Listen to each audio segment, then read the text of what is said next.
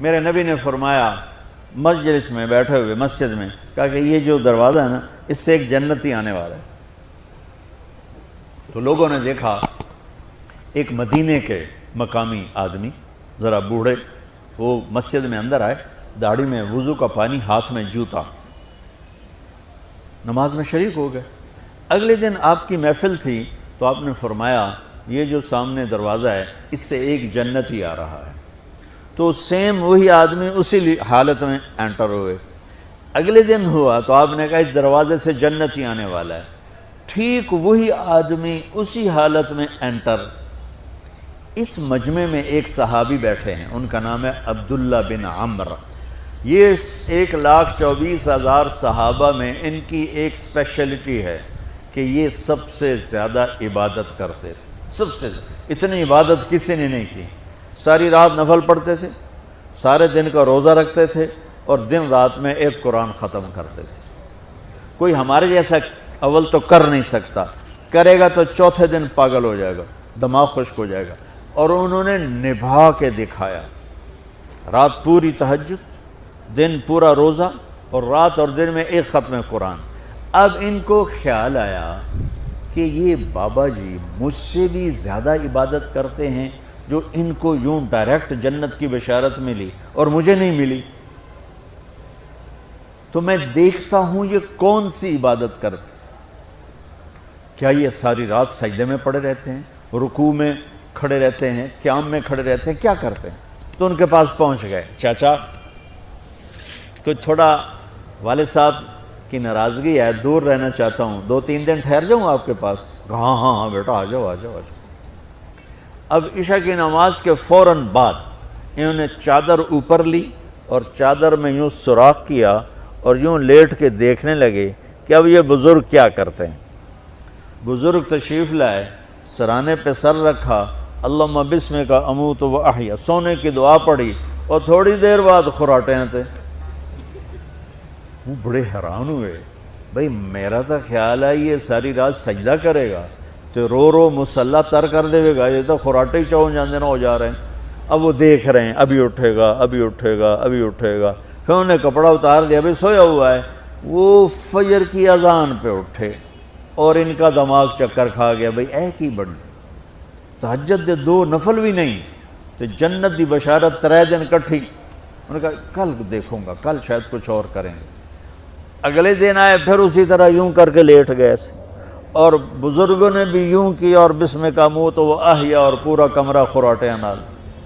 وہ پھر پریشان، یہ کب اٹھے گا کب اٹھے گا؟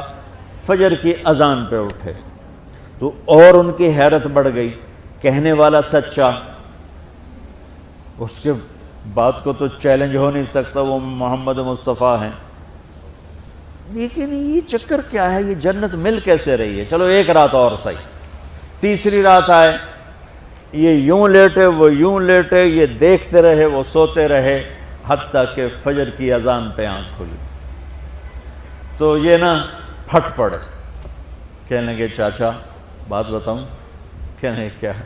کہ میری کوئی جھگڑا نہیں تھا ابا سے، میں نے 3 دن مسلسل تیرے بارے میں سنا جنتی آ رہا، 3 دن تجھے اللہ کے نبی نے بشارت دی جنتی ہے جنتی ہے جنتی ہے، لیکن میں اس بات پہ حیران ہوں تو ساری رات سوتا رہتا۔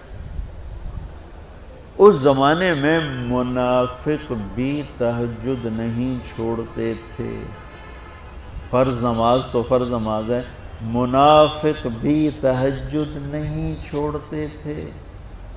تو کہنے لگے کیا کرتے ہو؟ ساری رات تو سوتے گزار دیتے ہو، کیا کرتے ہو؟ کہنے لگے بھتیجے جو تو نے دیکھا ہے یہی کرتا ہوں۔ اب یہ پریشان ہے کہ اللہ کے نبی کی بات کو تو چیلنج ہو نہیں سکتا، اور جس کو بشارت دی ہے انہوں تے فٹ نظر نہیں آ رہی کہ کیسے تو نفل آج کہ نیک لوگ تہجد نہیں چھوڑتے۔ تو کہنے لگے اچھا چلو اللہ نے ایسا ہی، اللہ کی مرضی، اللہ کے نبی کی مرضی۔ یہ 4 قدم چلے تو آپ سننا، کہا بھتیجے ادھر آؤ، کہا بیٹا ادھر آؤ، آ گئے۔ کہنے لگے اب تمہیں اصلی بات بتاؤں، اب تمہیں اندر کی بات بتاؤں؟ انہوں نے کہا کیا ہے کیا ہے؟ اب وہ تیار ہو گئے کہ یہ کہیں گے میں 3 دن بیمار تھا اس لیے میں اٹھ نہیں سکا، ورنہ میں تو ساری رات سجدے میں گزارتا ہوں، میں تو ساری رات روتے روتے گزارتا ہوں، تو 3 دن میں بیمار تھا، میرے پیٹ میں درد تھا، میرے سر میں درد تھا، تو میں اٹھ نہیں سکا، ورنہ تو دیکھتا تو حیران ہو جاتا میری رات کیسے ہوتی۔ لہذا ہاں جی جی جی۔ تو کہنے لگے مجھے دیکھو یہاں ہاتھ رکھا، کہا یہ جو دل ہے نا، دل اس میں دنیا کی کسی انسان کی نفرت نہیں ہے، اور جب اللہ کسی کو کوئی رزق دیتا ہے تو مجھے کبھی حسد نہیں ہوا، مجھے خوشی ہوتی ہے۔ تو ان کی جو باڈی لینگویج تھی نا، حیرت میں ڈوب کے وہ کہتے ہیں ہاں بات ہے سمجھ آ گئی یہی سے۔ انہوں نے ایسا نہیں کیا، وہ کہنے لگے ہاذا ہوا، اچھلے اپنی جگہ سے، ہاذا ہوا، یہ چاچا اب سمجھ میں آ گیا، سمجھ میں آ گیا، یہی ہے جو آپ کا سینہ اللہ نے پاک کر دیا ہے، اس پر آپ کو جنت ملی ہے۔ یہ صرف تہجد تے نفلاں تے ان سوکھی نہیں لبدی، یہ جو آپ کا سینہ پاک ہے۔ اب پہلی حدیث کے ساتھ جوڑو، میرے نبی نے فرمایا میرے بیٹے انس، میری ایک عظیم الشان سنت ہے کہ اپنے دل کو دنیا کے انسانوں سے، میرے بچوں سنو، یہ نہیں فرمایا مسلمانوں سے دل صاف رکھ، فرمایا پوری دنیا کے انسانوں سے دل صاف رکھو۔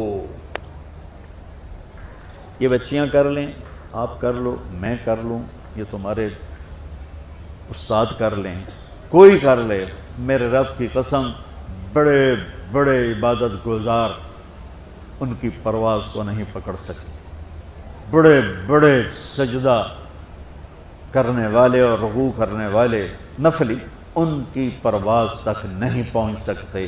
ایک اس وجہ سے کہ یہ عظیم الشان سنت ہے، ایک اس وجہ سے کہ اس کے کرنے والے بڑے تھوڑے ہیں، ایک اس وجہ سے کہ یہ مشکل بہت ہے کہ آدمی کو خود ذبح ہونا پڑتا ہے تب جا کر یہ چیز ہاتھ میں آتی۔